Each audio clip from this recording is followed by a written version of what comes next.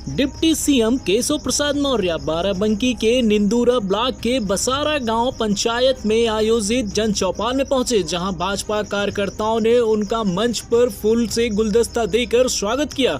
Deputy CM Keshav Prasad Maurya ने कहा कि जो भ्रष्टाचार करेगा वो जेल जाएगा। विपक्षी तिलमिला गए हैं। वो कहते हैं हम विपक्ष में हैं, हम पर छापा पड़ रहा है।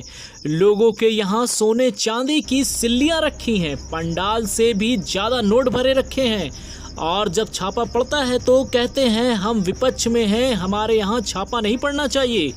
किसी गरीब का गलती से कब्जा है तो उसको वैकल्पिक व्यवस्था कर देना, तब खाली कराना, लेकिन अगर कोई भूमाफिया से कब्जा किया है तो उसके ऊपर सीधे कार्रवाई कर खाली करा देना। गौचरी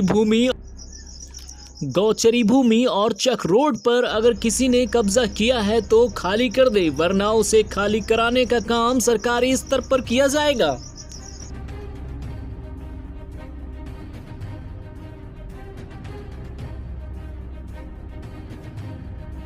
और ब्लॉक के अंदर कोई चारागाह की भूमि है, उसमें कोई अवैध कब्जा किया है तो उसको नाप करके उसको खाली कराइए। वहां नेपियर घास एक होती है जो आप दूध दूहने के बाद जो गौशाला में आप गाय बछड़ा भेज देंगे उसको खिलाने के लिए चाहिए।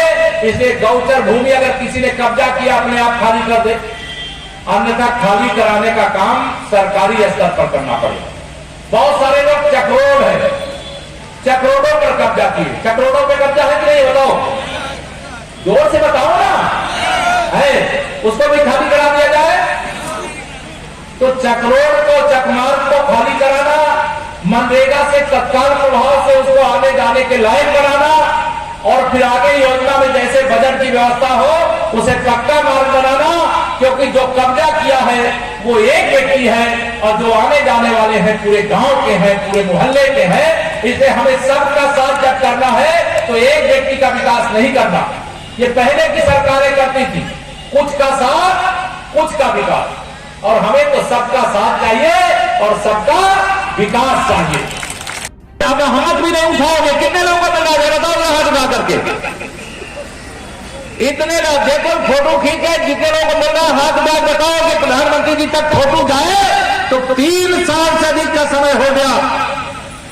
एक एक घर को जो 15 करोड़ हमारे उत्तर प्रदेश के ऐसे लोग हैं जो गरीब हैं और उनका राशन खरीदना मुश्किल है, जो अमीर है उनकी चिंता नहीं। हमारे यहाँ 25 करोड़ लोग हैं, लेकिन 25 करोड़ में से 15 करोड़ लोगों को लगातार राशन देने का काम किया जा रहा है। एक बात और मैं आप सबसे कहूंगा, अब आप सब भूल गए होंगे, जब उत्तर प्रदेश में आपने कमल नहीं खिलाया था तो कितने घंटे बिजली मिलती थी?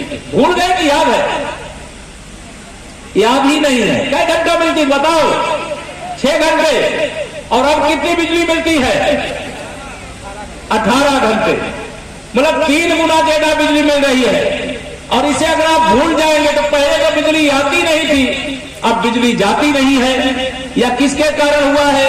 अगर कहें कि ये मोदी जी और योगी जी और केशव जी या हमारे जो माननीय विधायक लोग बैठे, केवल इनके कारण नहीं हुआ है, ये आपके कारण हुआ है। जब चुनाव हुआ है, आप मतदान केंद्र पर गए हैं और कमल की बटन दबाए हैं, इसके लिए आपकी हम इस तरह से सेवा करने का काम कर पा रहे हैं। पहले ट्रांसफार्मर जल जाए तो मेरा पैसा दिए लगता था, क्या बताओ? लेकिन आज एक और खुशी की खबर सुनाता हूं मैं।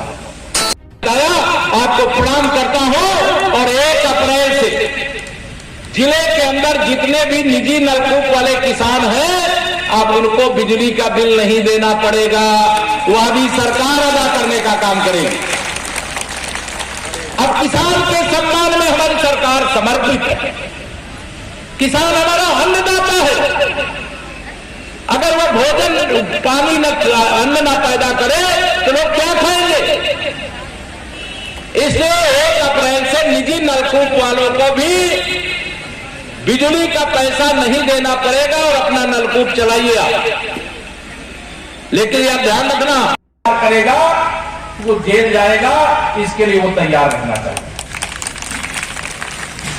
हमारी सरकार भ्रष्टाचार मुक्त भारत बनाना चाहिए, भ्रष्टाचार मुक्त उत्तर प्रदेश बनाना चाहिए, भ्रष्टाचार से मुक्त की मनाना चाहिए। आजकल भ्रष्टाचारियों पर कार्रवाई होती है तो बड़ी तेजी से तिलमिला उठते। वो कह रहे हैं कि माननीय नरेंद्र मोदी जी की सरकार छापा क्यों डलवा रही है।